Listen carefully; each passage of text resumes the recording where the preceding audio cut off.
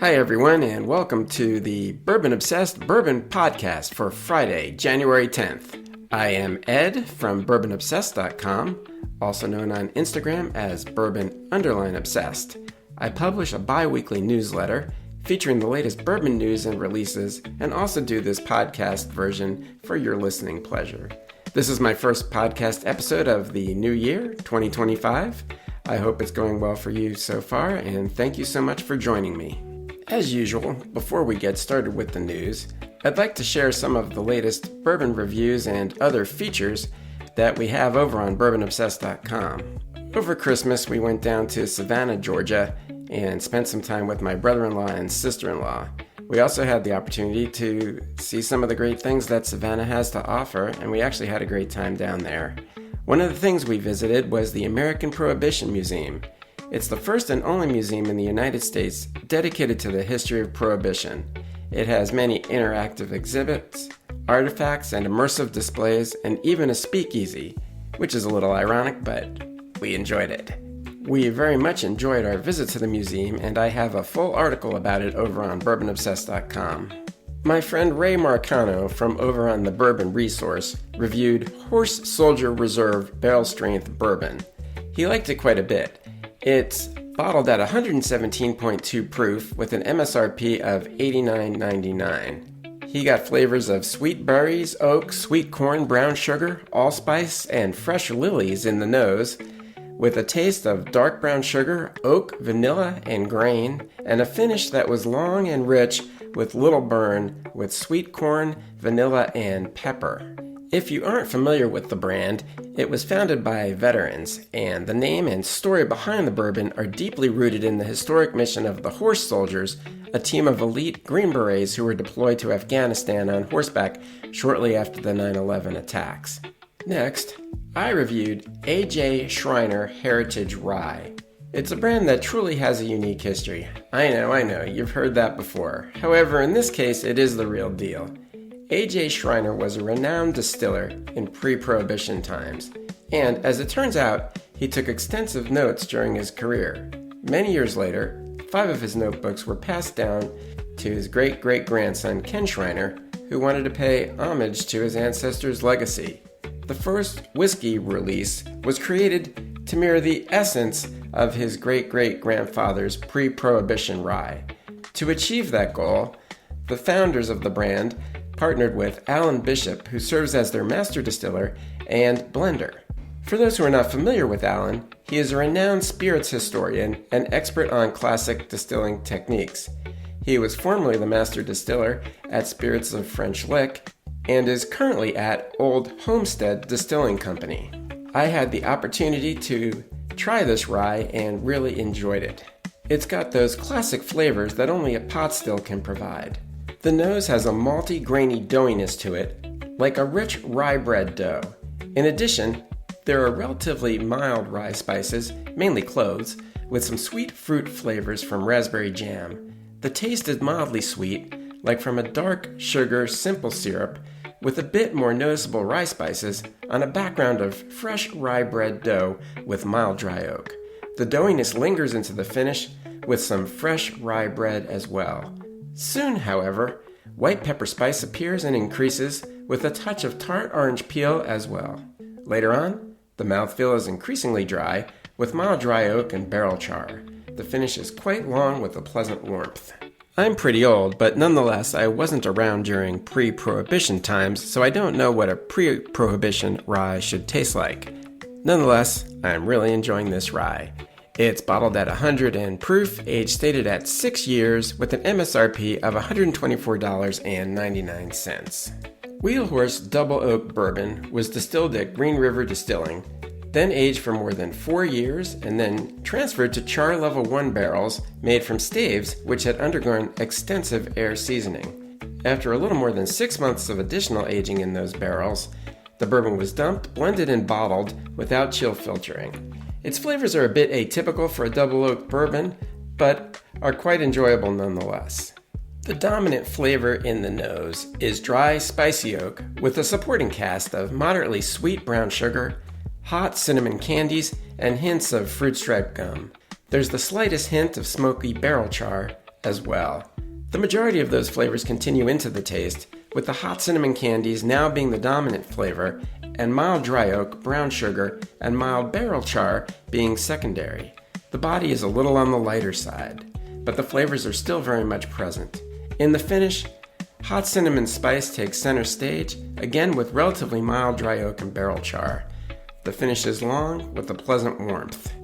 The bourbon is age stated at 5 years, bottled at 101 proof, and priced at $42.99. Ass Pocket Whiskey Holiday Proof Bourbon is the second release from this bourbon brand created by renowned guitarist Derek Trucks. Similar to the first release, it is a 10-year age-stated Kentucky Straight bourbon whiskey. However, it differs in that it is bottled at barrel proof. All Ass Pocket whiskeys come in 200 milliliter bottles, which are intended to fit comfortably in their namesake pocket, and are also bottled in that small size to encourage people to not save them and to actually drink and enjoy their bourbon. I have to say I wasn't that ecstatic about the first release, and that one was not at barrel proof. However, that all changed with the second release, which I like very much. The nose is rich with dark cherries, brown sugar, and rich light caramel, and progressively noticeable dry oak. Interestingly, after I take a few sips, there's pleasant vanilla as well, although it was not present initially. The alcohol vapor is present, but not overbearing, and appropriate for the relatively high proof. Similar flavors continue into the taste. At first, it's quite viscous, with brown sugar, caramel, and spicy dry oak. White pepper spice appears later on. The white pepper spice greatly increases in the finish, but some mild sweetness from caramel and cherries remains. Later on, the finish becomes more dry, with mild dry oak and smoky barrel char. To say the finish is long is an understatement. It lingers for almost an eternity. I am very happy I had the opportunity to try this second release because I really like it. It has those complex flavors, fruit and confectionery notes with just the right amount of oak and a touch of white pepper spice as well. It's age stated at 10 years, bottled at 122.5 proof, which by the way is holiday proof, get it? 122.5, 12.25, which is Christmas, and the MSRP is $65 for a 200 milliliter bottle. Copper & Cask is a brand that I knew nothing about up until a couple of weeks ago. They are an independent bottler that specializes in single barrel expressions. However, they also produce limited edition small batch whiskeys such as Copper & Cask Double Oak Bourbon, which is what I reviewed last week. It's a marriage of 20 barrels, all aged at least 8 years, and then batched and rebarreled in both new and used char barrels for finishing. The nose has a fair amount of fruit flavors up front, reminiscent of juicy fruit gum and cherry candy. I guess I had a little fruit gum on my mind when I did a couple of these reviews, it seems.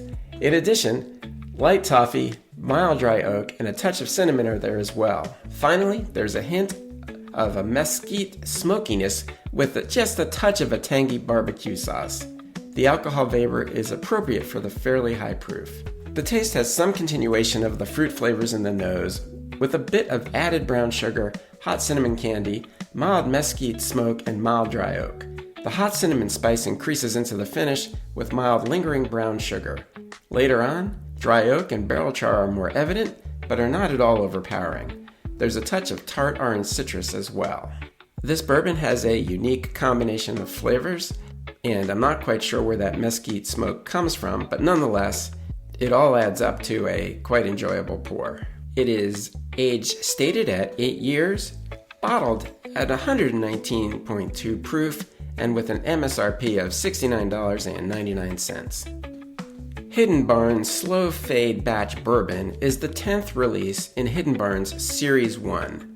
Like all of the other Series 1 releases, it was distilled at Neely Family Distillery and blended by Jackie Zykan. Slow Fade is a 12-barrel blend of 5 to 6-year-old barrels distilled from Neely's flagship bourbon mash bill. It's got the full and rich pot still flavors that I so enjoy from Neely bourbons. The nose is full and fairly sweet, with simple syrup, freshly made bread dough, raspberry jam, and yellow raisins later on. Those sweet and rich flavors are all on a background of malty graininess. The alcohol vapor is appropriate for the proof. Similar flavors continue into the taste, where there's a fairly high viscosity with simple syrup sweetness, raspberry jam, raisins, bread dough, and a slice of light toast. In addition, sharper flavors from a touch of rye spices and dry oak add a nice contrast. Later on, the finish is long with growing and lasting capsaicin spice as well as mild rye spices. There's also a lingering mild sweetness with hints of tangerines, dried apricots, and raisins. For the finale is the addition of dry oak and mild smoky barrel char. It all adds up to a very enjoyable pour with those full and rich pot still flavors that I have come to expect from Neely Family Distillery. You just can't get these flavors from a column still, and Royce's little extras like low barrel entry proof, using 2 years seasoned wood for the barrels, and utilizing a sweet mash amongst other techniques all contribute to these flavors.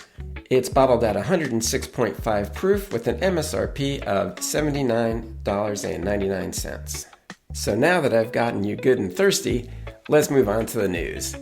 We've got quite a few interesting stories this week, including 2 big ones about bourbon and your health, and one of those has been in the news quite a bit. But first, we'll start off with some news about some spirit brands. Redwood Empire Whiskey announced the acquisition of Savage & Cook Distillery. While increasing production capacity was part of the goal of the purchase, they are also acquiring Savage & Cook's spirits brand assets, a barrel room, tasting room, speakeasy bar, eatery, and private event space. Redwood Empire's new distillery is housed in 2 historic brick buildings on Mare Island, a former naval base located just north of San Francisco. The Redwood team hopes to transition to their new home by late 2025. During the transition period, the distillery and restaurant will remain open for tours and tastings. Golden Sheaf Whiskey Company has been sold to private investors. The brand was founded by David Mark Young, who revived the historic brand, which was originally established in 1866 but shut down in 1920 when they decided not to continue pursuing whiskey production in spite of being offered a medicinal whiskey license. David combined traditional techniques with modern and innovative blending practices to create his whiskeys. He already has his next venture in the works, and he says it will be epic for the spirits industry, specifically whiskey enthusiasts. I'll be chatting with him soon, and we'll find out a lot more. New Riff Distilling has announced that their spirits will now be available in all 50 states. The new states being added are, and you may already know who you are since you don't have this on your shelves, they are Alabama, Arizona, Hawaii, Idaho, Iowa, Maine, Mississippi, Montana, Nebraska, New Mexico, Oregon, Utah, Vermont, Virginia, Washington, and Wyoming. The rollout will happen throughout 2025, so not everybody's going to get these whiskeys right away, and the initial rollout will include only New Riff's core lineups.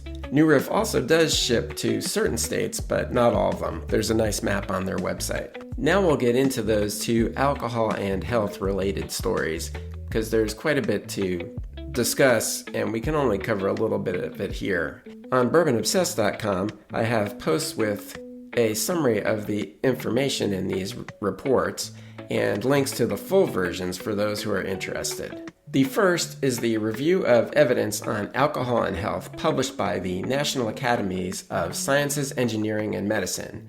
This report is requested by Congress and is intended to inform the next edition of the Dietary Guidelines for Americans. The committee that wrote the report examined evidence of the relationship between moderate alcohol consumption, and moderate means up to 2 drinks per day for males, 1 drink for females, and 8 specific health outcomes including cardiovascular disease, all-cause mortality, and certain types of cancers. They first evaluated the existing evidence and then conducted systemic reviews for each health outcome. This is a very long report, almost 250 pages, with detailed references and evaluation of multiple studies. So they really looked at this in depth and tried to only use data that they thought was of high value. While they did find that the available evidence base regarding alcohol and health is imperfect, they were able to draw some conclusions. We can't get into everything right now, but we'll just cover a few of them. For all-cause mortality, so this is death due to anything, the report concludes with moderate certainty that compared with never consuming alcohol, moderate alcohol consumption is associated with lower all-cause mortality. Regarding cancer, the report concluded with moderate certainty that consuming a moderate amount of alcohol is associated with a higher risk of female breast cancer compared to never consuming alcohol. Now remember, moderate, by the definitions of this study and the current guidelines, is 1 drink per day for women. So not necessarily what you might intuitively consider moderate consumption to be. So moderate alcohol consumption is associated with a higher risk of female breast cancer compared to never consuming alcohol. They also concluded with low certainty that higher amounts of moderate alcohol consumption are associated with a higher risk of breast cancer compared to lower amounts of alcohol consumption. Among moderate alcohol consumers, the report concluded with low certainty that higher amounts of moderate consumption are associated with a higher risk of colorectal cancer compared with lower amounts of alcohol consumption. So in other words, if you drink more, your risks of colorectal cancer would be higher than those who drank less. But again, this is only in the moderate consumption group. They're only looking at that group because, of course, since this is going to be the guidelines that inform dietary regulations, they're obviously not recommending that anybody be in the high consumption group, so that's not being evaluated for the purposes of this report. No conclusions could be drawn when comparing the risk of colorectal cancer for moderate alcohol consumers versus lifelong non-consumers, nor could an association be made between moderate alcohol consumption and oral cavity, pharyngeal, esophageal, or laryngeal cancers. An important thing to note, however, is that this study used rigorous guidelines judging the quality of the evidence and the studies. So conclusions drawn using their methodology doesn't mean that there isn't necessarily any increased risk of cancer, just that they couldn't draw conclusions based on the guidelines set forth for this study. Regarding cardiovascular disease, the report concludes that compared with never consuming alcohol, consuming moderate amounts of alcohol, again, that's 1 drink per day for women, 2 drinks a day per men, is associated with a lower risk of non-fatal myocardial infarction or heart attack, and this is with a low certainty, a lower risk of non-fatal stroke, also with a low certainty, and a lower risk of cardiovascular mortality in both men and women with a moderate certainty. So these are just some of the conclusions drawn from their studies. It is very difficult to evaluate the effects of alcohol consumption for a variety of reasons, including other confounding factors, genetics, the accuracy of people's own personal reporting of consumption, as well as the effect of other carcinogens that they may be exposed to. The next report is a little more straightforward because it really focused only on cancer risk and alcohol consumption. The U.S. Surgeon General issued an advisory on alcohol-related cancer risk. It states that there is a direct link between alcohol consumption and certain increased cancer risks. Alcohol is a well-established, preventable cause of cancer responsible for about 100,000 cases of cancer and 20,000 cancer deaths annually in the United States, greater than the 13,500 alcohol-associated traffic crash fatalities per year in the U.S., yet the majority of Americans are unaware of the risk, said U.S. Surgeon General Dr. Vivek Murthy. This advisory lays out steps we can all take to increase awareness of alcohol's cancer risk and minimize harm, he also says. He calls for cancer-related warnings to be added to the labels of alcoholic beverages, amongst other actions. The Surgeon General used a different methodology and also looked at all levels of alcohol consumption and came to somewhat different conclusions, pretty much saying that there was an increased risk of cancer across the board. In their evaluation of worldwide data, they say the risk of cancer is lower at lower levels of consumption, but nonetheless worldwide, out of 741,300 cancer cases in 2020, 185,100 of them were related to consumption of approximately 2 drinks daily or fewer. Now, the definition of what a drink is for the dietary guidelines is also possibly a bit different than you might consider a drink to be. It is 5 fluid ounces of wine, 12 fluid ounces of beer, or 1.5 fluid ounces of liquor. I think the main point of the Surgeon General's advisory is just to make people aware of the risk of alcohol and its relationship to cancer, because there was a survey that had shown that of adults 18 years and older, only 45% of them considered alcohol use a risk for cancer. So there clearly is a knowledge gap. Now, we should be clear that even though the first report did show some benefits to moderate drinking, nobody is suggesting that you take up drinking to improve your health. There are going to be risks to it, and the whole point is just to be aware and make an educated decision as an adult. As I mentioned, there's way more information in both of these reports, and you can find the links on my website in their respective articles. I also have to mention that nothing included in this podcast should be considered medical advice, and if you have any questions about your own health and alcohol consumption, you should discuss these with your doctor. So after reviewing those serious topics, we're going to switch gears a little bit and just focus on the 2 new releases this week. The first is Heaven's Door Bootleg Series Volume 6. It's the latest in this limited release series. It is a blend of 12, 13, and 14-year-old wheated bourbons finished in limousine oak cigar barrels, which are said to provide more whiskey-to-wood surface contact for more pronounced flavor notes.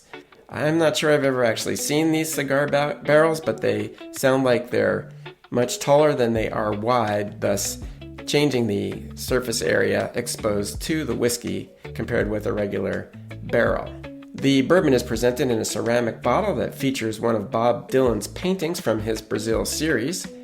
For those who don't know, Heaven's Door is the brand that's associated with Bob Dylan. And interestingly, this year's release has a suggested retail price of $100 less than last year's bootleg series release. I'm not sure if that's reflective of the cost of production or is more of a reflection of the current market conditions. Nonetheless, the price is still in the super premium range. It's bottled at 121.16 proof, and the suggested retail price is $499.99. Old Forester 1924 bourbon is back again for this year. This year is going to be the second release for this 10-year-old limited edition member of Old Forester's Whiskey Row series. In addition to being the only member of the series to be age-stated and with limited availability, 1924 also uses a different mash bill than the other Old Forester bourbons.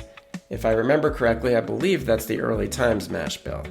I really enjoyed this release last year and in fact brought it to a New Year's party this year, and I'm really looking forward to trying this year's new release. It's bottled at 100 proof with a price of $119.99. Well, that about does it for this week. I hope you have enjoyed this edition of the Bourbon Obsessed Bourbon Podcast. Be sure to like and follow us at your preferred podcast provider so that you don't miss an episode. You can also head over to bourbonobsessed.com to read the print version of my newsletter, where you can also find links to press releases and full versions of the health-related reports mentioned in this podcast. You can also sign up to have my newsletter delivered directly to your inbox. While you're on my website, you can also read some of our over 300 bourbon reviews and over 50 distillery write-ups.